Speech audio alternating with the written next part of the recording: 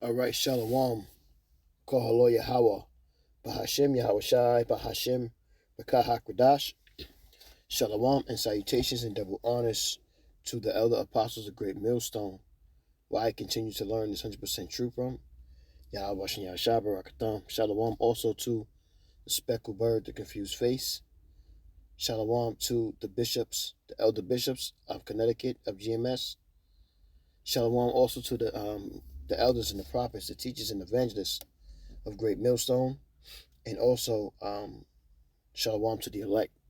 Back again with another video, and this one I had, and I wanted to play it, and I was gonna pull out a couple of scriptures for it. So just I mean, you got to be understanding of the times that you're in and what's going on, and a lot of Jake is not observant to what's happening around them, and when you're out in the world making a dollar and you encounter different people and male or female, especially when it's Jake, you see that the way they living is it's in folly, man. And you can tell that these people are not are simple minded.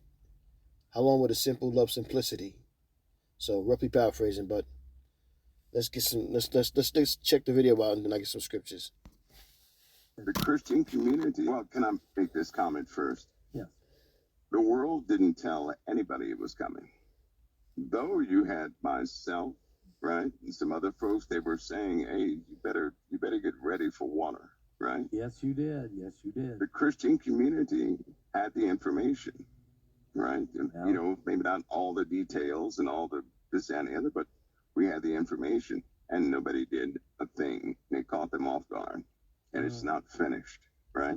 It's actually, that's only the first step. Due to conditions of the earth, this is going to continue and increase. It's going to increase. So everybody should everybody should really look at this and get themselves prepared for lots of water. I mean, lots of water. To the point where they need to know the topology of where they live. Right? Wow. So they know how to get out of, if they live in a valley, they need to know exit points. That's going to become important for fires also. But the water is going to be unbelievable.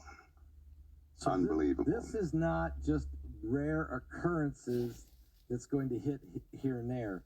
This is a pattern that's coming. And it's going to be in more places than just where we're seeing it. That's right. And the East Coast is, the West Coast is being exposed to all this moisture. It has eaten away underneath the homes, right? It's gone. Yeah. So any type of rain that falls there, you're going to have these, the top of the land is going to start to shift. On the East Coast, we have a different problem. We're going to have sinkholes that are unrivaled, right? Just places will fall into the ocean itself. What? And so everybody has to prepare for this. The Gulf, around the Gulf of America, Texas, all those places, they have to really get ready. They have to get ready. Florida since Florida is already saturated, right? In Florida, it's good for people to know the area they're in so that if that water rises, which it will through a couple of storms, they can, make adjustments. But because Florida is so flat, right? Yeah. Water just goes right over top of Florida and back out to sea. But it gets caught inland when you're dealing with the East Coast and West Coast. Yeah. Texas, on the other hand, they're going to be saturated. Wow. I mean, they're going to be saturated. Is it because water's coming in off the Gulf of Mexico? Yep, that water's going to be warm, right? And due to the jet stream is extremely unstable. In fact, it will begin to loop. Imagine the jet stream. You know how it comes from the West Coast, goes down, goes back up right to the East Coast and goes out. Imagine if it loops on the East Coast. And when I say loop, I mean the jet stream will go back to the Great Lakes and then back down again. So it'll go in from the West Coast down towards Texas, back up again, out on the East Coast, but loop back to the Great Lakes and then go back down. Like that, and then come back. Yeah, giant swirls. That's going to cause some real havoc. Some havoc. It's going to mess if the jet streams change that drastically. It's going to also create different storms than what people are used to, tornadoes. I mean, it's going to mess up the entire, Yeah, we're not going to be the same because some of the areas that are green and plush in the temperate forest regions on the East Coast will turn to arid regions in a very short time. In fact, that's what happened during the Dust Bowls. Okay. A reversal of the jet stream. But that was a dry. But that didn't bring rain. That brought dry, right? That brought a lot of dryness, right? Because the West and the East became two different things. They swapped. But my point is the jet stream reversed during that time. But since we have higher density in the upper atmospheres, right, to the point where it's affecting everything, all aircraft and everything else, they're going to have to start flying at lower altitudes. They're not going to make it up high. The stresses will be too high, right? It's a lot of force, there's a lot of force on an aircraft, which could break it to pieces. So with a different density in the atmosphere, we're going to see lots and lots and lots of rain. It's also quite warm out there, and the temperature will continually go up, which means that we're having worldwide temperatures go up, which means the atmosphere is going to be able to hold more and more and more moisture, right? It's the same principle when you have condensation on your air conditioner vents inside your attic or in your basement, wherever the case is. It's the same condition. You have that condensation factor. In this case, the atmosphere is going to hold, probably about 70% more moisture than the year prior to it. Wow. And it will drop that moisture, so it'll pick it up and drop it, right? This is Matthew 24:6, and it reads, "And ye shall hear of wars and rumors of wars. See that ye be not troubled. All these things must come to pass, but the end is not yet.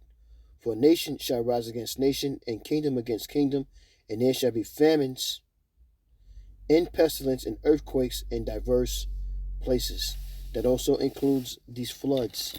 All these things are happening, which indicates to us and lets us know that Yahushua is soon to come. This is Matthew 24:13. "But he that endureth unto the end, the same shall be saved. And this gospel of the kingdom shall be preached in all the world for a witness unto all nations. And then shall the end come. When ye therefore shall see the abomination of the desolation spoken of by Daniel the prophet, stand in the holy place. Whoso readeth, let him understand." Jump down to verse 22. "And except those days should be shortened, there should be no flesh be saved, but for the elect's sake those days shall be shortened." And you jump down to verse 30, and it says, "And then shall appear the sign of the Son of Man in heaven, and then shall all the tribes of the earth mourn, and they shall see the Son of Man coming in the clouds of heaven with power and great glory." They're going to mourn because they're going to realize that you can no longer juice America for the things that you was juicing it for. And this is, it seemed like, only the selected, only the elite understands this.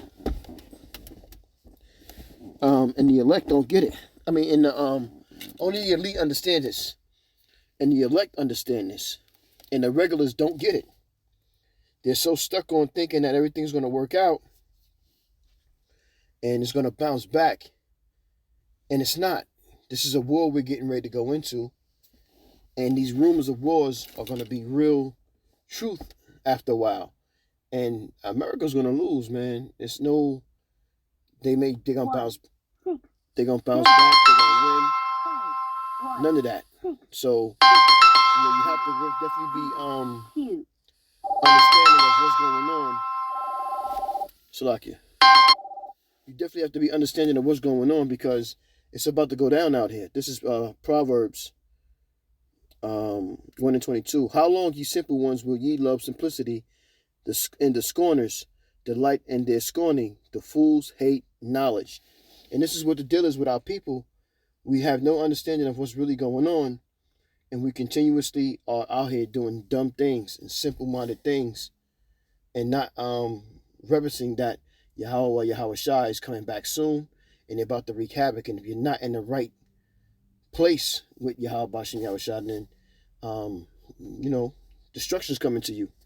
You can get some more of this video.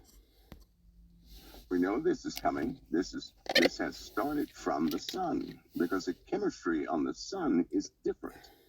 There are 4 published papers. People will be able to get those papers and peer review those papers and read it for themselves. The chemistry of the sun is not what it used to be 2 years ago. It has changed rapidly. So we can expect something different, some different anomalies in the sun, which will further drive the weather. What's causing the sun to make such radical changes like that? The sun has been burning out. The sun is forever changing, right? And it has cycles and long durational cycles and cycles we don't know about. Okay. But for example, a few days ago, or a couple of days ago, there was a cool spot on the sun that was the biggest anybody had ever seen. Really? I mean, it looked like a quarter of the sun was missing. That's what it looked like. It was just black. So that's due to a chemistry change, right? Is that it'll continue to do things like that? Was that the atmosphere of the sun? This is Hosea 4:1, and it reads, "Hear the word of Yahweh, ye children of Israel. For Yahweh hath a controversy with the inhabitants of the land, because there is no truth, nor mercy, or knowledge of the Most High in the land." And that's why these things are happening. And it's going to be soon closer to you than you think. The Lord is showing us that he has a controversy, and he's fighting for us. And he's going to go ahead and destroy this devil. Continue. Gaping hole there? Well, it was cooler, which means some of the material was not burning as much in those dark spots. You've seen black spots on the sun, right? Through magnetic banding. Yeah. Oh, yeah. And then it relieves pressure down below it. So it's not a lot of material down there. It's being pulled by magnetic forces to the left, right, up and bottom. In this case, imagine some type of hole or split in the sun that's a quarter the size of the sun. That's huge. That's what happened. That's huge. You have to go back and... So, yeah, that's kind of what I wanted with that, man. I'm going to get some more scriptures. But we have to be mindful and understand, and we should fear the Most High, knowing that he's about to wreak havoc out here, man. You know what I'm saying? You don't want to fall into the hands of the Most High on his left side, on his bad side. This is 2 Samuel 24:14. "And David said unto Gad, I am in great strait. Let us fall now into the hand of the Lord, for his mercies are great, and let me not fall into the hand of the man." The man.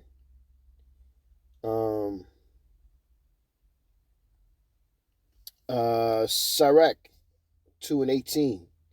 "Saying, we will fall into the hands of the Lord, and not into the hands of men. For as his majesty is, so is his mercy." So we're praying and hoping that the Most High does not allow this devil to get a hold of us. The thing is, he is going to get a hold of us, but he won't get all of us. You know what I'm saying? He's going to get some of us, but he's not going to get all of us. And you need to pray that Yahweh Shai is, he got his angels surrounding you. You know what I mean? It's also to show his glory as well, and show Yahweh Shai's glory. This is Hebrews 10:31. "It is a fearful thing to fall into the hands of the living power." Because when you're dealing with this devil, man, he doesn't play by rules. Any and everything goes for him, and he does what he wants until Yahweh Shai comes back.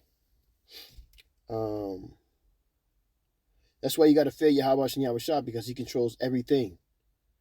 You know what I'm saying? And if you're right with the Most High, then who could be against you? This is Amos 3:6. "Shall a trumpet be blown in the city, and the people not be afraid? Shall there be evil in the city and the Lord hath not done it? No, the Lord controls everything. This is Isaiah 45:7. I form the light, I create darkness. I make peace and create evil. I, the Lord, Yahweh B'Hashem Yahushai, do all these things. Including Proverbs 16:4. The Lord, Yahweh B'Hashem Yahushai, hath made all things for himself. Yea, even the wicked for the day of evil. One